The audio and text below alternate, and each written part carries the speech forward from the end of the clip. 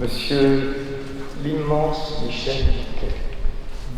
Mon cher Michel, ta disparition va laisser un immense vide dans cette famille d'acteurs dont tu étais le représentant le plus singulier, le plus étonnant. Jean-Pierre Mariel me disait souvent, il est le plus grand de sa génération. C'est le plus grand acteur de notre époque, disait Mariel, qui était lui aussi un grand acteur. Un acteur, Michel Buquet, pour qui le texte et la pensée de l'auteur étaient devenus son obsession, sa passion, sa foi, sa religion. Michel Buquet, je peux dire que tu as été l'une des plus belles rencontres de mon existence de comédien. Mon témoignage n'a aucun intérêt, sauf pour dire que ma fascination pour toi a été immédiate. J'avais à peine 25 ans. J'ai eu la chance d'être ton fils dans un film maudit et superbe qui s'intitulait Vincent Milan dans un pré de Pierre Zucca, où tu jouais mon père, un père faussement aveugle. Et tu as été d'une telle courtoisie, tu as été d'une telle chaleur, tu as été d'une telle bienveillance, d'une simplicité inouïe.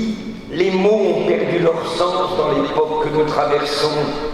Les gens emploient le mot génial pour rien, pour des repas, pour des mobilettes. Mais tu étais un génie. Ta chaleur humaine, ton intelligence. À la seconde que je t'ai écouté, c'était la première fois, j'étais un jeune acteur, je ne savais rien. Ma réplique est arrivée simplement. Comment ça se fait face à un immense acteur que j'ai pu te répondre? Pourquoi? Parce que ta voix unique, parce que ta diction, parce que ton phrasé, parce que ton être si remarquable imposait une telle qualité de couleur vocale, une atmosphère qu'il suffisait de t'écouter et d'essayer de te répondre. Après, j'ai découvert, Michel, en plus de tout, ta drôlerie, ta singularité, la drôlerie dont on ne parle pas souvent parlant de toi. On a référence, on a plus l'habitude de ce rigueur, cette rigueur, mais tu étais extrêmement, tu avais un esprit incroyable, Michel. Plus tard, je t'ai accompagné modestement comme répétiteur dans un Samuel Beckett, où véritablement, et je le répète, le mot a un sens, tu as été un génial Pozzo. Je dis génial parce que de tes vertus, et que tu étais l'interprète évidemment le plus exceptionnel de Molière, mais aussi de Pinter, de Thomas Bernhardt, de Beckett, et évidemment au tout début de Jean Anouilh.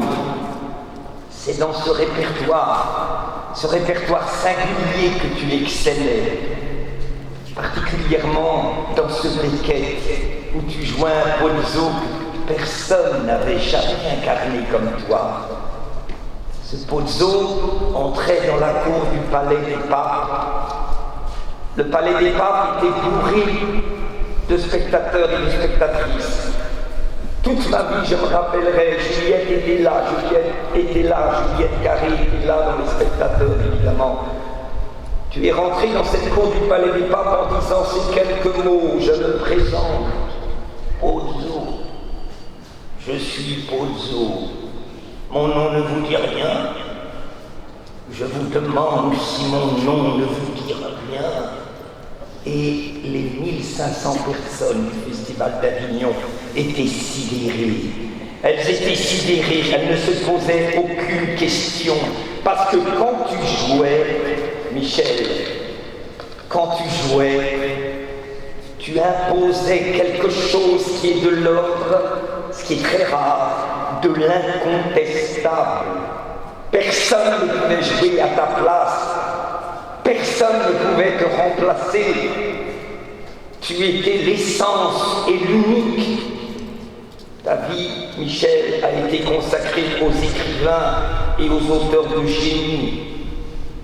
Ton panthéon était organisé évidemment autour de Molière, mais il fallait aussi t'entendre parler de Thomas Bernhard, t'entendre parler de Beckett, t'entendre parler de Ionesco, en réalité, t'entendre parler tout simplement. Aucun acteur n'a voulu verser quand je te lançais avec cette voix unique sur des impressions, sur des analyses, ta voix somptueuse qu'on a entendue dans ta carrière extraordinaire de cinéma.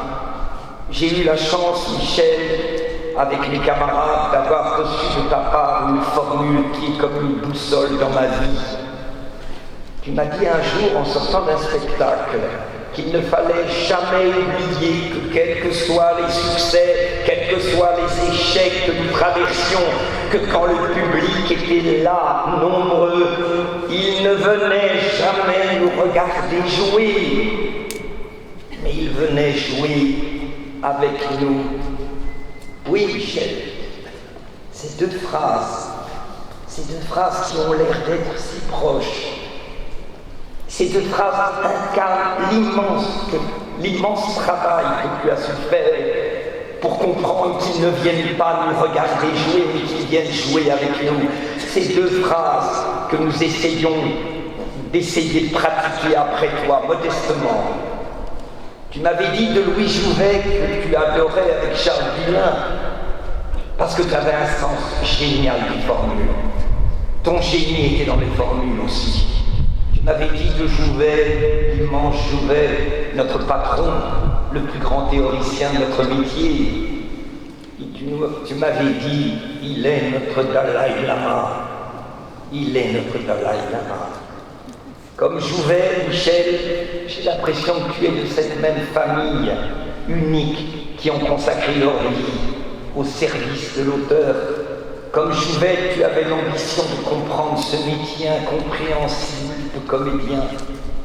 Comme Jouvet, tu avais l'ambition d'analyser ce métier inanalysable qui n'est fait que par approche instinctive, que par intuition. Parce que comme lui, Michel, tu avais cette obsession de la partition, tu avais cette obsession, je dirais, quasi janséniste, quasiment chrétienne, de la haine du moi.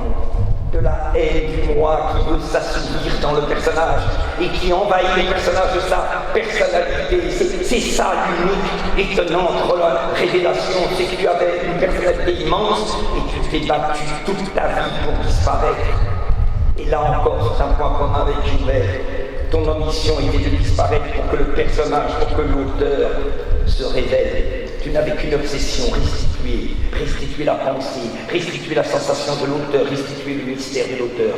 Et puis tu étais d'une drôlerie irrésistible. Ce n'est pas un jour où on a envie d'être drôle, Michel, mais ce serait un portrait inaccompli de ne pas dire à quel point tu étais drôle, à quel point tu avais le génie formule. J'ai été ébloui par tes phrases. Je n'ai pas raconté des anecdotes, j'en ai des milliers, mais ce n'est pas le moment.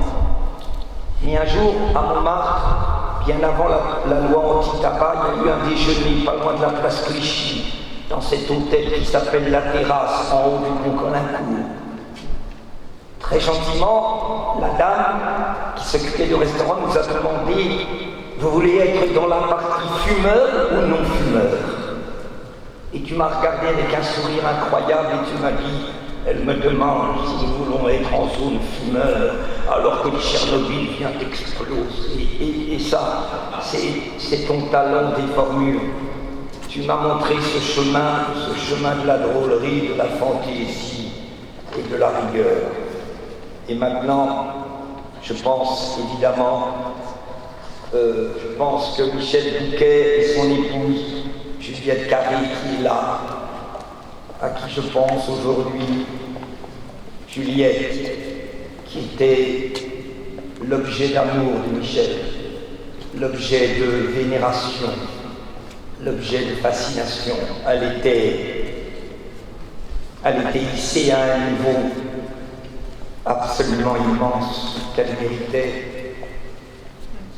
Vous avez été, Juliette et toi, Michel, à votre manière, avec vos personnalités, des disciples de cette phrase, de cet immense Jouvet, qui disait qu'il n'était que, dans cette introduction au comédien désincarné, qui était à Bible, il disait, en ouvrant le livre, que ce n'était qu'un document clinique d'un tempérament anxieux pour qui le théâtre n'est jamais éloigné de la fraternité.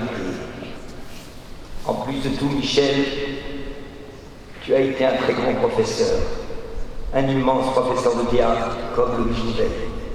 Et maintenant, je vais passer la parole à une de tes élèves, Madame Muriel Robin. Merci, Michel. Adieu, Michel. Ton souvenir sera éternel, car ta voix est éternelle.